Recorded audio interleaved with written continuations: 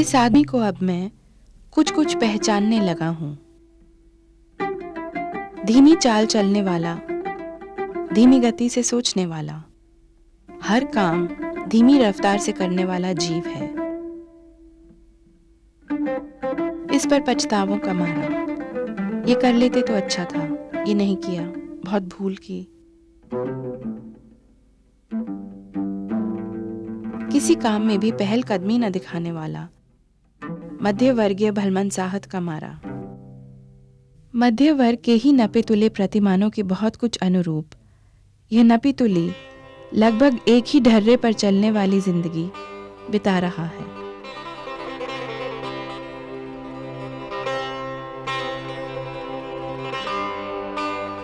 At my age, at which I am today, somehow the early childhood comes out very vividly before the mind. For years and years I never thought of my childhood, but now it does come to me. Little pranks, little games played, some characters emerging very vividly, some utterances heard, come back to mind, and so on and so forth. I start singing songs which I had heard decades earlier. I was a sickly child, and I used to spend most of the time at home. And mother used to nurse me, and mother used to tell me stories. And in the house, she would also sometimes recite verses, or proverbs, idioms, like so on. And they have stuck to the mind. कणक पुराणी क्यों नवा कर कुलवंती नार चौथे पीठ तुरंग की स्वर्ग निशानी चार. Like that. Bhisham Sahni's life moves across an ever-widening sense of the family. The image of mother conjures up the vastness of an oral tradition. Father appears as a reformist patriarch from the 19th century Arya Samaj. Legendary brother Balraj evokes the lure of a distant socialist dream. A non-violent freedom struggle, the aura of Gandhi and Nehru, the creative appeal of Tagore, and the vibrant energy of Ipta, all this contributed to the making of his creative being. Punjab, however, remained its essential core. Bhishma जी जब उस पंजाब को जिसे वो पीछे छोड़ आए, जब उसके बारे में लिखते हैं, जितना डूब के लिखते हैं और जितने नज़दीक से उसको जानते हैं, ये बात मुझे तमाम उन लेखकों के बारे में जो पंजाब से आए हिंदुस्तान, यशपाल के वो झूठा सच के बारे में भी सही है, कृष्णा सोबती भी हैं, कृष्ण बलदेव वैद भी हैं. तो भीषम जी जब जब उस जिंदगी के बारे में लिखते हैं, वो उन ऊंचाइयों को छूते हैं जहां दिल्ली के बारे में, यहाँ की जिंदगी के बारे में लिखते हुए ऊंचाइयों को नहीं छू पाते. और लोग जब उत्सुकता से गाड़ी के बारे में पूछते तो राम जवाया कहता, गाड़ी चलती है तो उसके पहियों में से आवाज आती है, छिक चाचा चुक चाचा, छिक चाचा चुक चाचा, खटखट खटाखट खटखट खटाखट. और वो फिरंगी की दानिशमंदी का बखान करता. बुजुर्गों को एक और बात भी परेशान कर रही थी. भंगी चूड़ा चमार भी उसी गाड़ी में बैठेगा, ऊंची जात का आदमी भी उसी में बैठेगा, और रईस साहूकार भी उसी में बैठेगा. नेम धर्म भी कोई चीज़ है या नहीं, साहूकार भी उसी में और उसका देनदार भी उसी में, मोची नाई भी उसी में. सेठ साहूकार की क्या रह जाएगी. इधर वो बैठा है और उसके सामने कोई कुंभी तेली बैठा है. किसी को ये बात भी अटपटी लगने लगी थी कि एक ही रफ्तार पर चलती हुई गाड़ी सेठ साहूकार को भी अपने ठिकाने उतनी ही देर में पहुंचाएगी जितनी देर में भंगी चमार को. और आज रेलगाड़ी का सचमुच सीटी बजाते कस्बे में पहुंच जाना कस्बे वालों के लिए बड़ा रोमांचकारी अनुभव था. मैया दास की माड़ी is a novel in which we find Bhisham ji tracing the making of modern Punjab and unmaking of the traditional Punjab in 19th century. Here we find a scenario, we find a canvas of late 19th century Punjab, where the forces of nascent capitalism, its imperial setting, are making their inroads into the traditional agrarian society of Punjab. And the most important thing, the kind of changes all these conflicting influences are bringing on the consciousness of the people. And yet it's not a stream of consciousness type of novel. And yet it's a essentially realistic novel, but a novel which actually deliberately breaks the boundaries of realism. The locale of Maiya Das Ki Madi is a small town which was our ancestral town called Bhera, now in Pakistan. So you relate yourself to the particular period, who were the rulers at that time, what was the relationship between the British and the Sikh kingdom, and how it led to the two wars, and how eventually the British came to dominate. So that background also continues, and at the same time you are at a different level imagining the series of incidents like that. And you weave them together, you go and get woven. The partition of undivided Punjab on the eve of independence was indeed a traumatic displacement. But more than that, it was a moral lesson. Much before partition, the political climate had started deteriorating.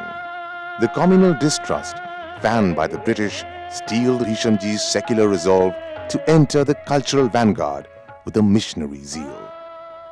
When the partition was declared, when the principle was accepted, my father did not think of leaving his hometown.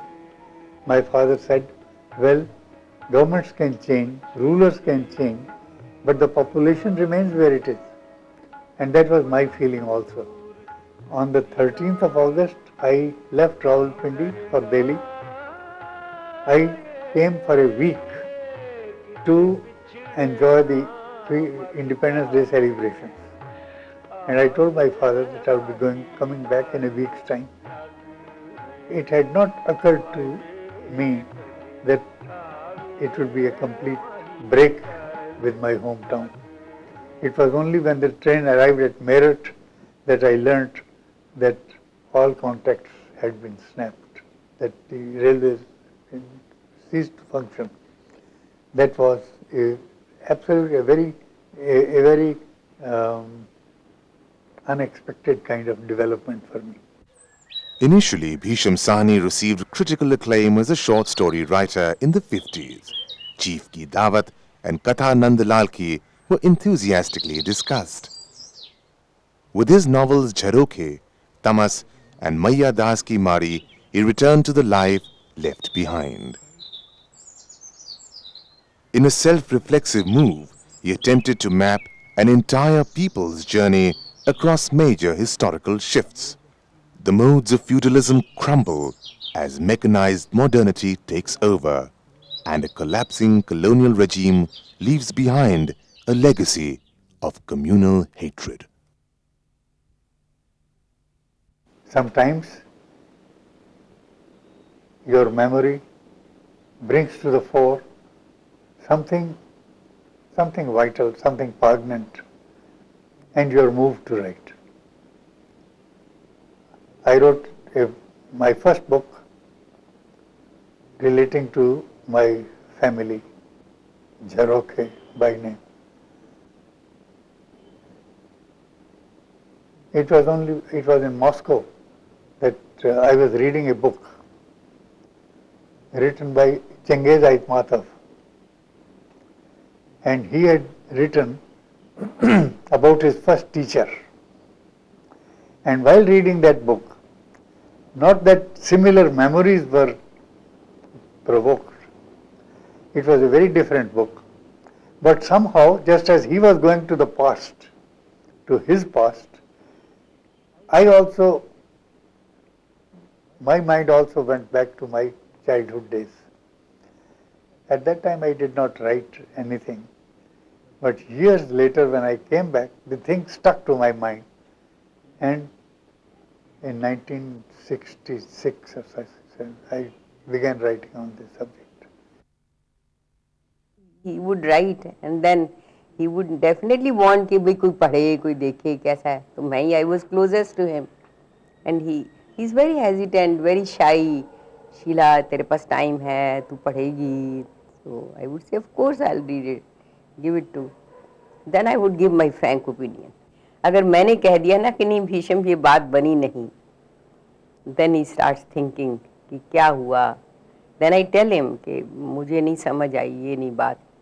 Then he says, okay, I'll leave it and work on it again. And he again works on it and always it becomes very nice. एक कहानी थी मैंने Moscow में लिखी थी, beaver. It's one of his very good stories. उन्होंने मुझे दी पढ़ने के लिए. तो मैंने कहा Bhishma, it hasn't touched me. कुछ there is something. He read it again, put it away, and then he wrote it again and worked on it. Now it's one of his best stories. We were in Prague, my wife and I, and Nirmal Verma, my friend, he happened to be living there, and he took us around, and he took us to this tower clock, and he told me the story of the tower clock. And when he told me the story, it struck me as a suitable subject for a play. I wrote a play, Anush by name. I had very little factual knowledge about him. I tried to gather more knowledge. I again tried to put him in the context of his times. The forces operating in medieval Europe, the church on one side and the rising burghers on the other. Bhishamji seems to return to the reformist agenda of the late 19th and early 20th century. The margins of creativity, desire and protests come alive. Women, artisans, poets, these are some of the voices from the periphery. The field covers an amazing range of laws from across mythical times to the lived history. This, in a sense, is linked to the formative phase of his cultural activism with IPTA, where an elder brother, Balraj, was his idol. His wife, Sheilaji, was the moving spirit and an active comrade in arms. Here, they relive those heady days with a song for literacy. सानू बोलियां मारे क्यों, सानू बोलियां मारे क्यों, पढ़ लिख जांदी जे जटा कर तेरे मैं आंदी क्यों.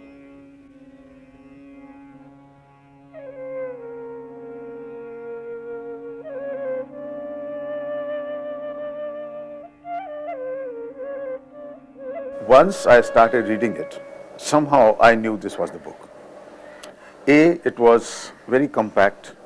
I thought events could be, managed at a very reasonable budget, and also by the fact that Bhishamji's writing was very simple. It had no ornamentation. It had no any kind of a pretension. It came straight to your heart. Satnam Shri Waheguru.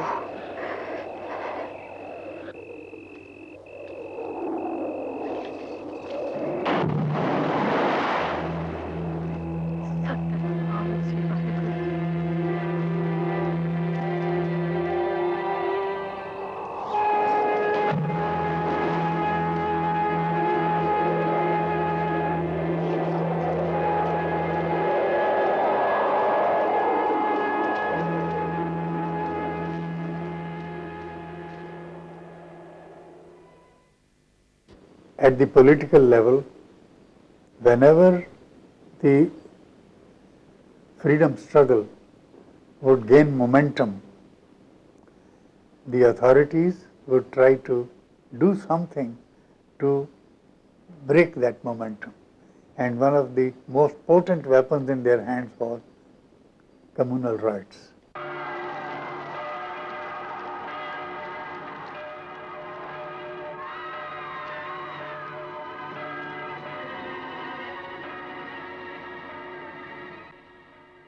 He wrote the book, I think, in 1970s, 74 or so, nearly 30 years after the partition took place.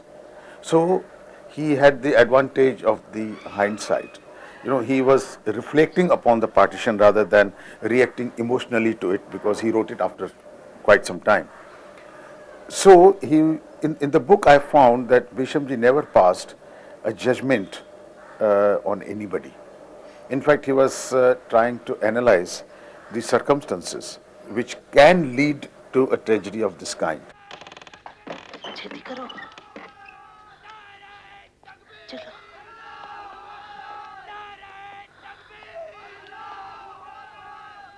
अब क्या देख रहे हो? चलो जल्दी।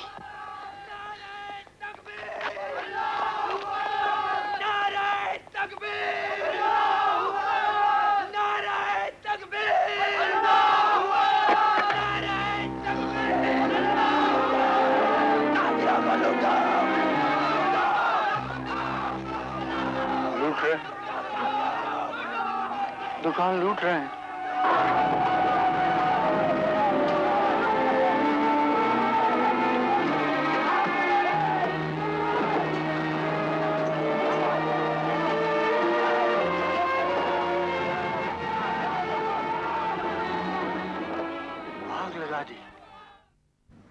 I knew Bhisham Sahib before, and I knew that he was a well-known writer and things like that. But more important than that, he had a sense of, I don't know, a certain kind of history on his face,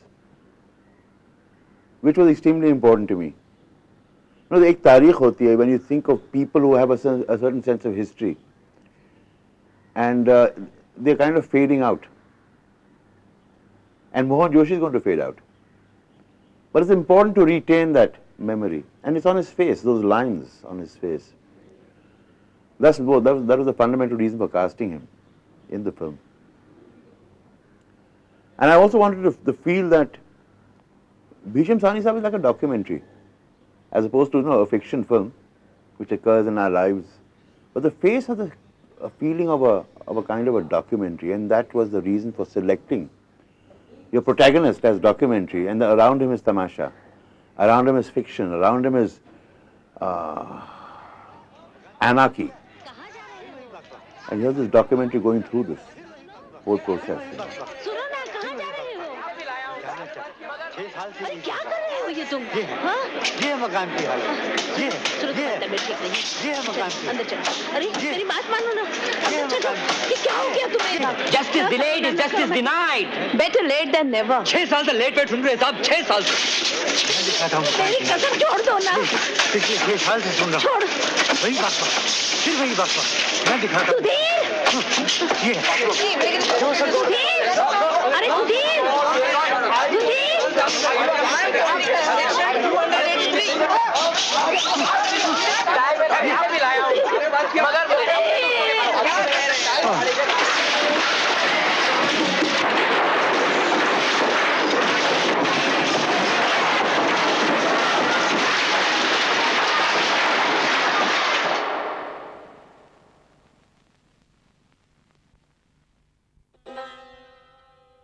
Bhisham Sahni was born into a Punjabi trader family.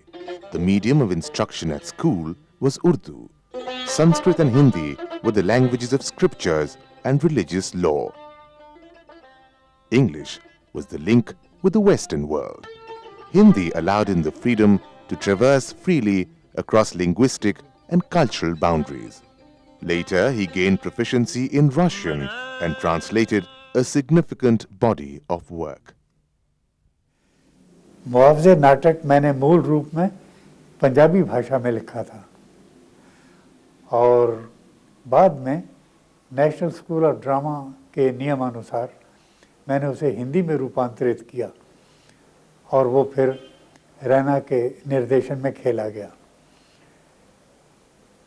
ये एक प्रहसन है, व्यंग्यात्मक प्रहसन, बल्कि जिसे अंग्रेजी भाषा में ब्लैक कॉमेडी कहते हैं, ब्लैक कॉमेडी ही लिखने की कोशिश की गई है।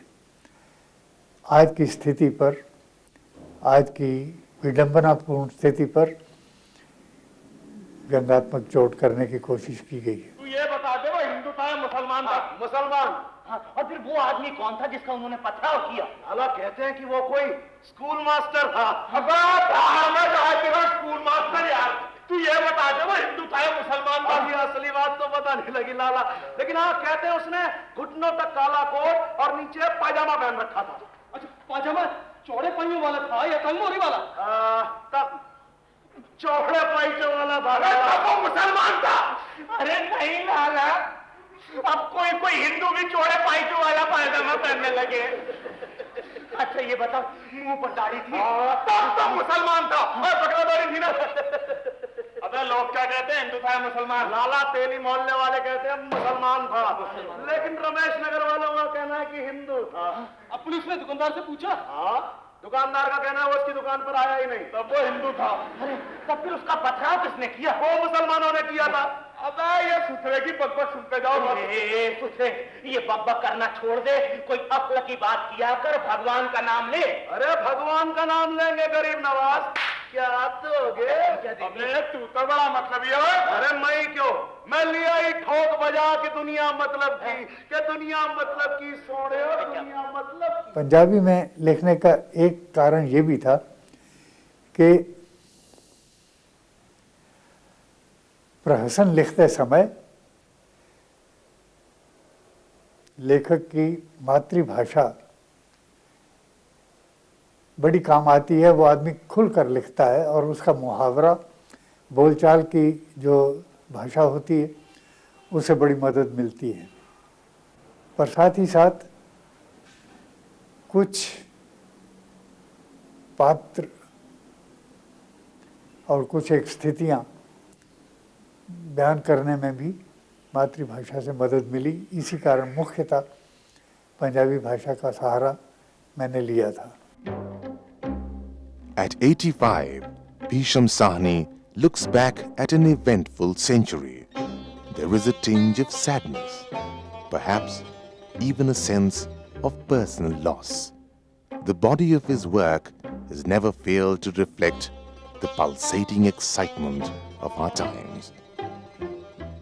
He has always remained a gentle optimist.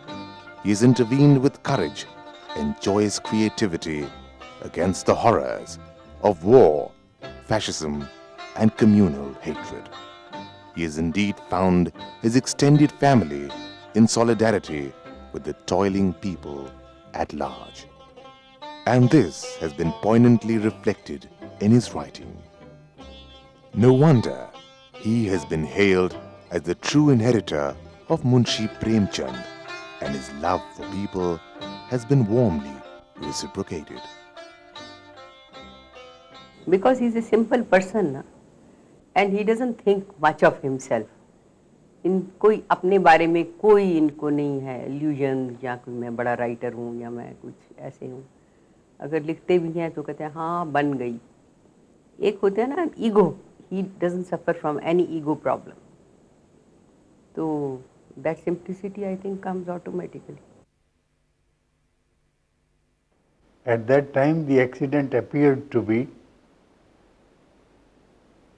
just an unpleasant occurrence.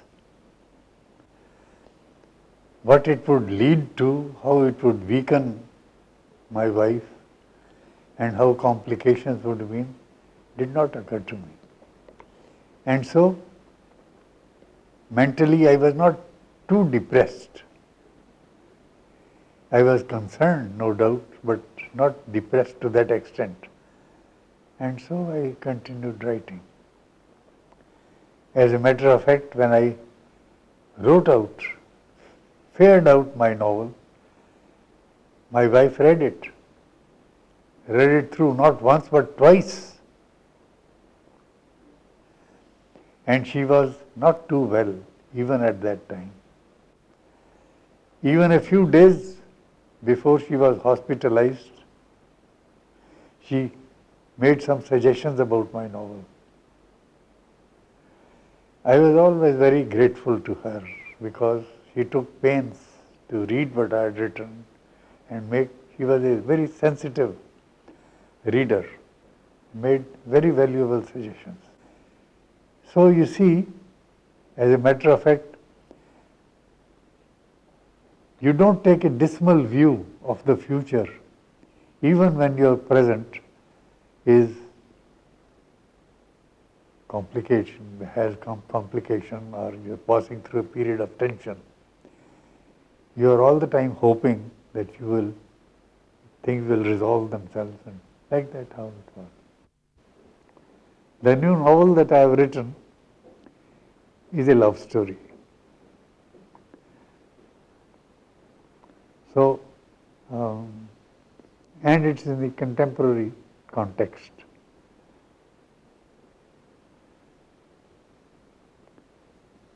As a matter of fact, it's a story of two couples.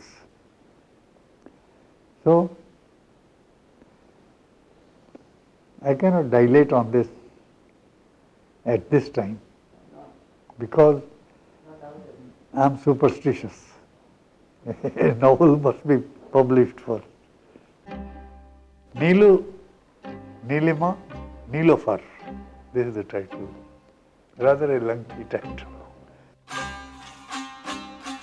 जीवन के इस चरण तक पहुंचते पहुंचते लगने लगा है कि मैं सारा वक्त यादें ही बटोरता रहा हूं। अब यादों की यह गठरी इतनी बोझिल हो गई है कि ना उठाए उठती है और ना ही छोड़ी जा सकती है। जिंदगी भर का सरमाया यही यादें हैं जो मेरे साथ हैं। और विडंबना यह है कि बड़ी से बड़ी घटना घट जाए तो याद नहीं बनती, जबकि किसी का उड़ता आंचल भी दिल की किन्हीं गहराइयों में अपनी जगह बना लेता है।